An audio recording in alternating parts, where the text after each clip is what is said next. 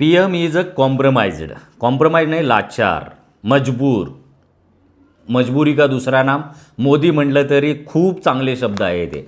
कारण western media, इस्रायलची media तर मोदीजींच्या बाबतीमध्ये आपण मराठीमध्ये बोलू शकत. Narendra Modi opening up his legs to Israel. Congratulations. Yeah. That can't happen soon enough, by the way. Okay, I would love to have Israel off our backs because they are destroying our country. They drag. अशा भाषेमध्ये बोलत आहे. इस्रायलला बघून नरेंद्र मोदीजी पाय वासून उभारतात. हे इस्रायलच्या मीडियाचे शब्द आहेत.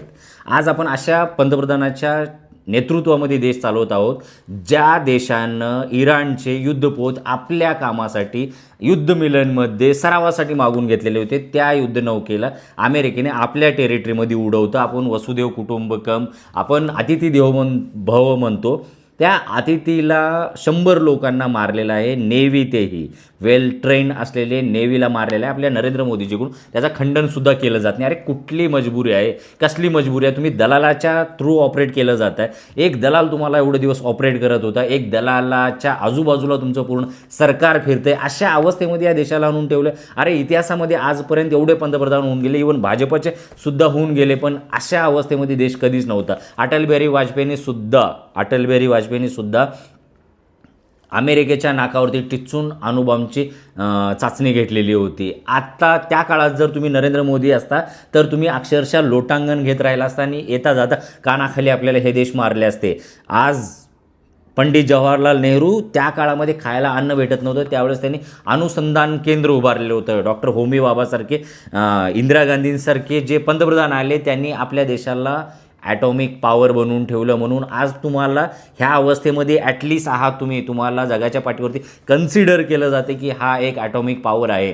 नसेल तर एवढं सगळं साम्राज्य, एवढी सगळी पॉवर असतानासुद्धा तुम्ही एक लाचार दलालाच्या दबावाखाली एवढं लोटांगण घालत आहात. ते रशियन मीडिया तुमच्याबद्दल, ते युरोपियन मीडिया तुमच्याबद्दल, ते इस्रायली मीडिया तुमच्याबद्दल काय काय तर बोलत आहेत. आणि हे बोलून घ्यायची एवढी जर वेळ येत असेल तर तुम्ही ते हिटलरसारखं गोळीबिळी घालून घेऊन मरून गेलेलं परवडलं.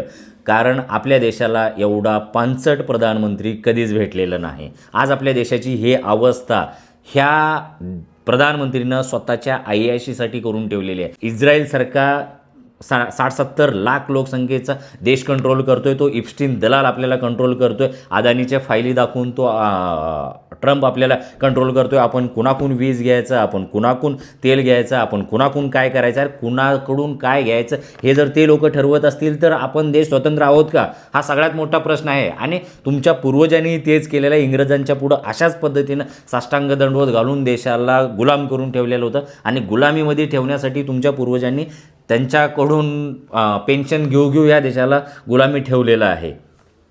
तुमची परंपरा गेल्या 60 वर्षामध्ये नशीब त्यावेळेस पंडित जवाहरलाल नेहरूसारखे आणि काँग्रेससारखा पक्ष होता म्हणून ह्या देशाला स्वातंत्र्य मिळालं, ह्या देशाला संविधान मिळालं आणि संविधानानुसार चालवत यांनी 2014पर्यंत हे राज्य घेऊन आले. त्याच्यामध्ये तुमचंही थोडं काळ सरकार होतं, पण तुमच्या एवढं बुजदिल पंतप्रधान ह्या देशाला भेटलेला नव्हता. आज जी अवस्था तुम्ही ह्या देशाची करून टाकलेली आहे, तुमच्या पुढं श्रीलंकासुद्धा पुढं दिसतोय. आज जगाच्या पाठीवरती श्रीलंकासुद्धा स्वतःचं वैयक्तिक मत मांडतोय. बांगलादेश स्वतःचं वैयक्तिक मत मांडतोय. ते स्पेन, नेदरलँड एवढेसे देश आहेत आपल्या जिल्ह्यावडे, ते सुद्धा वैयक्तिक स्वतःचं मत मांडतात. ट्रम्पला त्याच्या तोंडावरती नाही म्हणून सांगतात, पण आपला पंतप्रधान आपल्या जवळ आलेल्या सैनिकांना स्वतःला शेप पाठवू शकत नाही. आपल्या टेरिटरीमध्ये ते इराणचे सैनिक उडवले जातात. इराण छोटासा देश, त्यांच्याकडं ॲटॉमिक पॉवर नसताना तो अमेरिकेला नाकी नवून टाकला आहे. इस्रायलला त्यानं सळोकी पळो करून टाकलेलं आहे. हे असते स्वाभिमान, हे असतो देशाचं गर्व, हे असतं खरी देशभक्ती. त्या खमेने तो बॉम्ब पडणार आहे हे माहीत असतानासुद्धा तो त्या बंगल्यामध्ये राहिला. पूर्ण फॅमिली सकट तो मरून गेला, पण तो पळ काढला नाही. तो त्याच्या देशासाठी अमर झाला, तो त्याच्या देशासाठी शहीद झाला. तुम्हाला शहीद होण्यासाठी नाही, फक्त स्टँड घेण्यासाठी सांगितलं जातं. तुम्ही ते सुद्धा आज करू शकत नाही. आणि तुम्ही बनवणार होता विश्वगुरू. विश्वगुरूनं विश्व हगरू झालेले आहे. तुम्ही विश्वगुरूच्या नावाने ह्या देशाला बावळट बनवलेलं आहे.